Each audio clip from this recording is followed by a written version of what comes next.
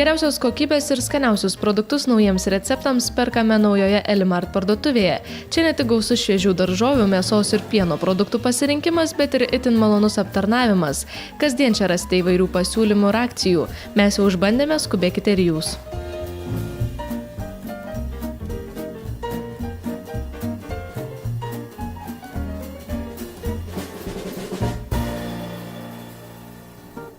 Sveiki!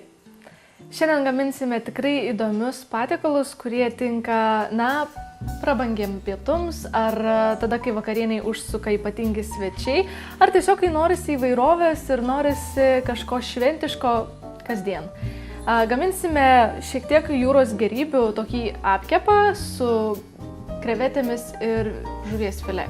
Taip pat tai kvepės Viduržemio jūra, todėl kad bus įvairios žolelės ir tam regionui būdingas apkepas, kuriame naudosime ir pieną, ir grietinėlę, ir sūrį, ir viskas taip bus švelnu ir skanu ir tikrai paįvairins bet kokią vakarienę, ar sakau, labai tiks, kai užsuks kažkokie ypatingi svečiai.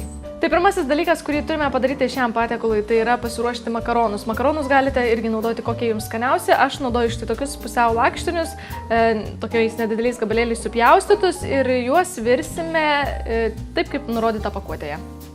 Piene ir grietinėlėje išvirsime šiek tiek svogūno su prieskoniais ir nuplautą ir nusausintą žuvies filė. Žuvies filė galite naudoti tokią, kuria yra jums skaniausia. Aš paprasčiausiai naudosiu lydekų filė ir jos reikės apie 600 gramų. Svogūną susipjaustome tokiais tikrai stambiais gabaliukais, tikrai smulkinti nereikia, nes paskui jį reikės išimti iš mūsų padažo ingredientų.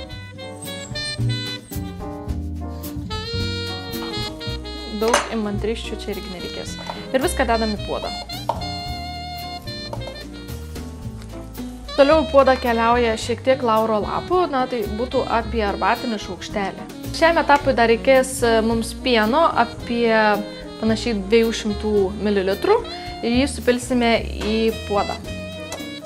Pieno būtų galima turėti šiek tiek daugiau, nes jo prireiks ir kitam apkepo gaminimo etapui. Į puodą keliauja apie 250 ml riebios grietinėlės, geriausia 35 ar 30% riebumo. Tai visą tai supylę į puodą virinsim kartu su lydekų filė.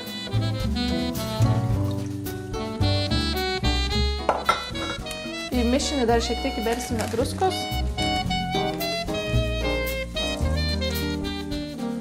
Ir statysime ant puodo. Dabar sudedame žuvų filė į mūsų paruoštą pieno ir grietinėlės mišinį. Ir viską pavirsime maždaug apie 4 minutes. Tai štai taip. Prieš tai žuvį aš šiek tiek filė pasmulkinau, tokiais nedideliais gabalėliais. Dabar viską irgi šiek tiek išmaišom.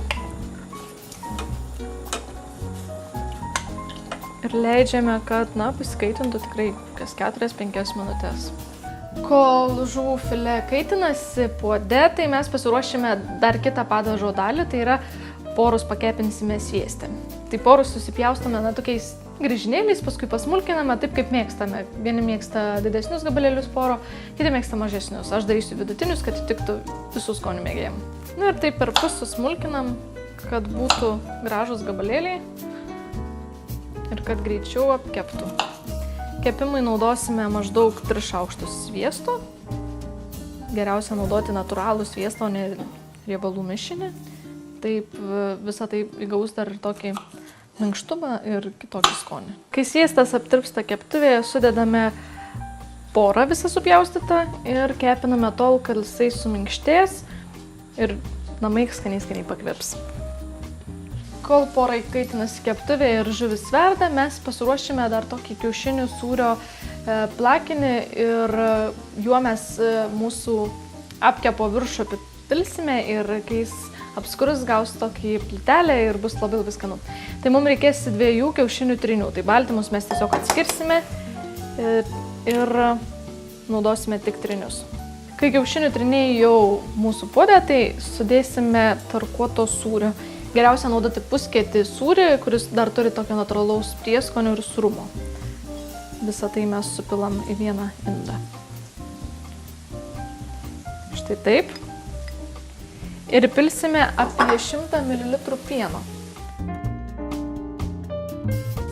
Ir viską gerai išplakame, kad susimaišytų. Štai taip.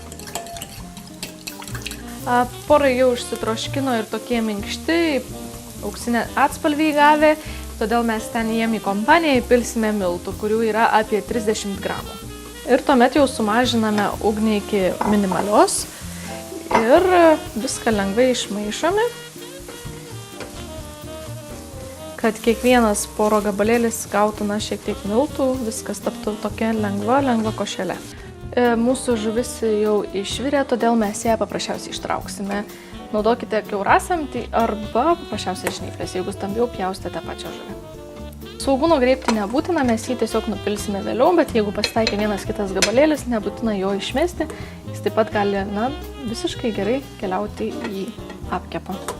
Imsimės kito darbo, tai yra pasiruošime kiaurasamtį ir nupilsime visą padažą, kad svogūnai pasiliktų kiaurasamtyje, o skystį mes panaudosime padažo gamybai. Jeigu matote tarp svogūnų vieną kitą žuvies gabalėlį, galite jį tiesiog perkelti prie kitų.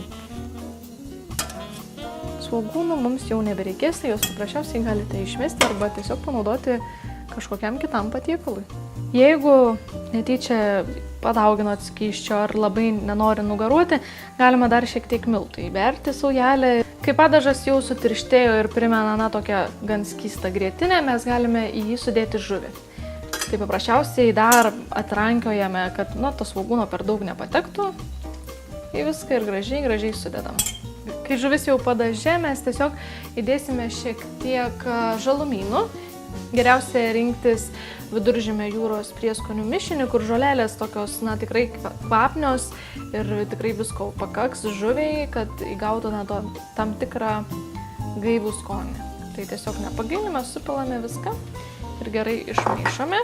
Ir į mūsų visą šitą mišinį keliaus makaronai, kuriuos prieš tai išsivirėme ir sudedame taip pat juos. Ir kai viskas jau sumaišyta kartu su makaronais, mes dar įberėme žiupsnį druskos. Viską dar gerai išmaišom ir dedame į karščiui atsparią formą, kurioje ir kepsime. Viską labai gražiai išlyginame, kad apkepas būtų gražus, tolygiai pasiskirstęs. Ir viršų tuomet apipilsime tuo plakiniu, kurį pasiruošėme prieš tai su sūriu ir kiaušinių triniais. Kai makaronai su žuvimi jau kepimo inde, mes tiesiog viršų pabarstysime šiek tiek pipirų mišiniu. Tai vos keletą pasukimų dėl skonio mes tiesiog viršų apdėliosime šaldytomis krevetėmis. Krevetės galite rinktis, kokios jums yra skaniausios. Galima naudoti tigrinės.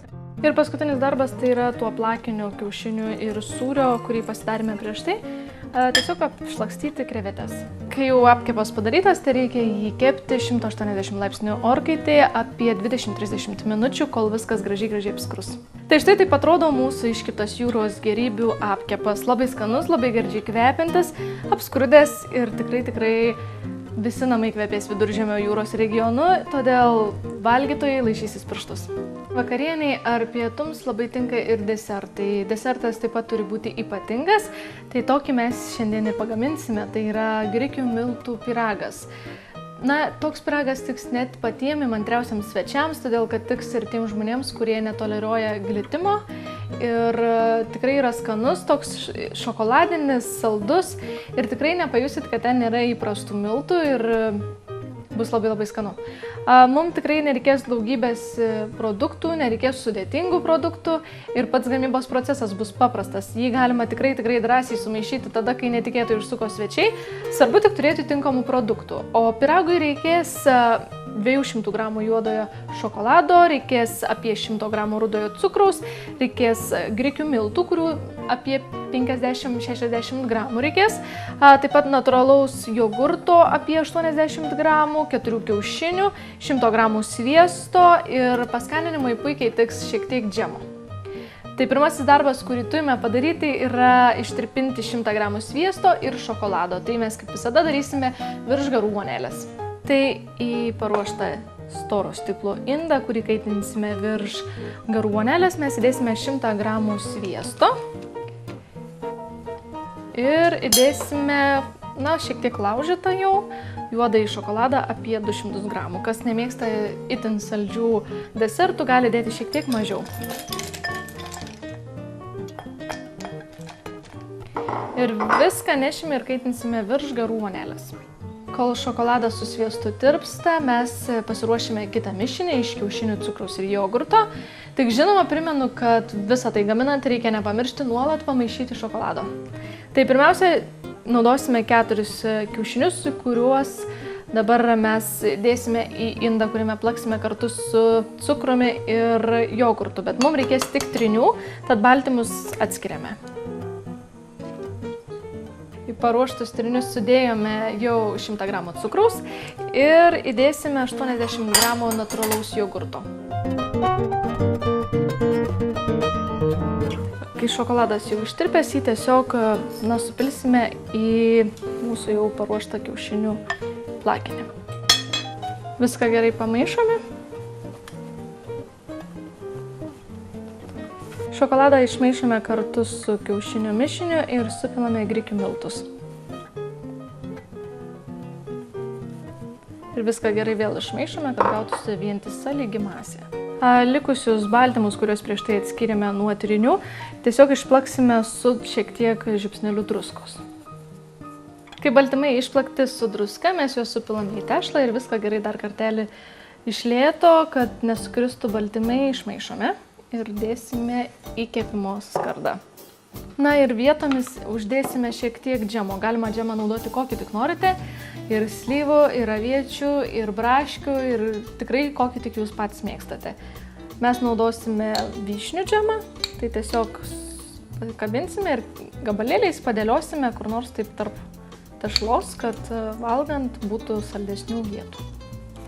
Pyragą mes dabar kepsime 180 laipsnių kaitintoje orkaitėje apie 30-40 minučių ir po to puošime šiek tiek su kakava. Dar vienas lengvas desertas, kuris tiks tiems, kurie nenorės galbūt pyrago, o norės ko nors gaivaus, skanaus ir šiek tiek sveiko. Tai yra tokie labai gražūs desertai su jogurtu, su avižiniais dribsniais. Ir jis yra sluoksniuotas, todėl geriausia jį daryti iš tai tokias arba panašias stiklines arba taures, kad visi sluoksniai labai gražiai matytųsi. Tai bus labai paprastas, labai greitai padaromas, todėl tiks ir tada, kai svečiai ateina netikėtai. O ko mums reikės? Reikės jogurto, galima naudoti tokį, koks jums patinka, mes šiandieną išbandysime mėlynių dėl sodrios ir gražios spalvos, kuris sluoksniuose labai gražiai matysis. Taip pat naudosime rudojo cukraus. Jo prireiks tiesiog apie porą valgomų šaukštų, be to jogurto mums reikės apie 375 gramų.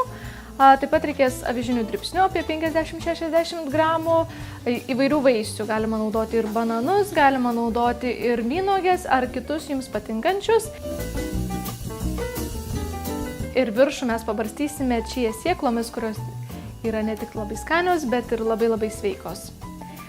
Tai pirmasis darbas yra pasiruošti kepimo plokštę, ją iškloti kepimo popieriumi ir sumaišysime avižinius dribsnius su cukrumi ir pakepinsime apie 10 minučių 180 laipsnių temperatūros orkaitėje.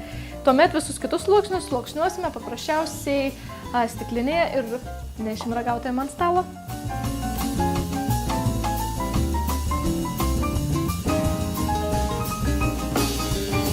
Tai štai tokie gražūs sluoksniuoti desertai jau paruošti, labai dailūs, labai gražiai matosi visi sluoksniai ir labai skanus, tikėkimės. Štai toks gražus grikių miltų pyragas, kuris labai skaniai kvepia ir tikrai norisi toj pat ragauti, bet dar jį reikėtų padengti, kokiu kakavos sluoksniu, kad atrodytų ir gražiau ir būtų dar skaniau. Ir galima vaišinti svečius. Tad tikrai skanios vakarienės ar šventiškų pietų. Išbandykite visus patiekalus ir apsilaižysite pirštus.